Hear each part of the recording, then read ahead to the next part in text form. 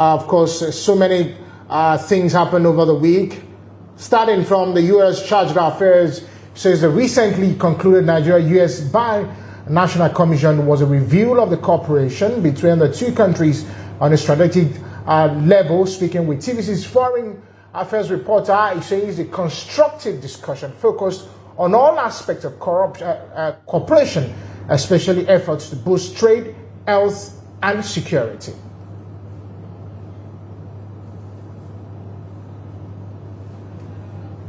Has existed for about 14 years. Since its establishment, the strategic dialogue has expanded mutual cooperation in areas of increased bilateral trade and security. It also helped in the fight against Boko Haram insurgency. We were really able to have some very meaty discussions because we also had some specific working groups on topics of real specific interest, like the Africa Growth and Opportunity Act and how we can boost Nigerian exports to the United States, on cybersecurity, on food security. So we really had a really robust conversation. So I think what this does is it helps us align our objectives and make sure that we're moving forward together, identify new areas of cooperation, and I think you're going to see some new stuff coming up over the course of the next year. Certainly Nigeria buys U.S. products as we buy Nigerian products. Two-way trade between our countries in 2023 was over $8 billion, and it's pretty evenly balanced. Nigerians invest in the United States. Americans invest in Nigeria, which creates jobs for both countries. One of the new things promised at the recent Abuja 6th Binational Commission meeting was a commitment to help advance Nigeria's technology. Well, we now have, I think, a really elevated focus on technology.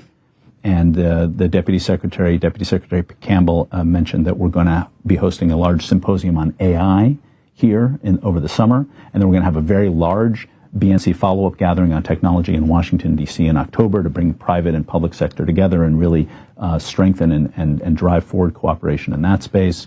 We're really looking at agriculture and food security as key topics. One area that has been a challenge to Nigerians in the movement of people is the about 24-month wait period for visa interview dates.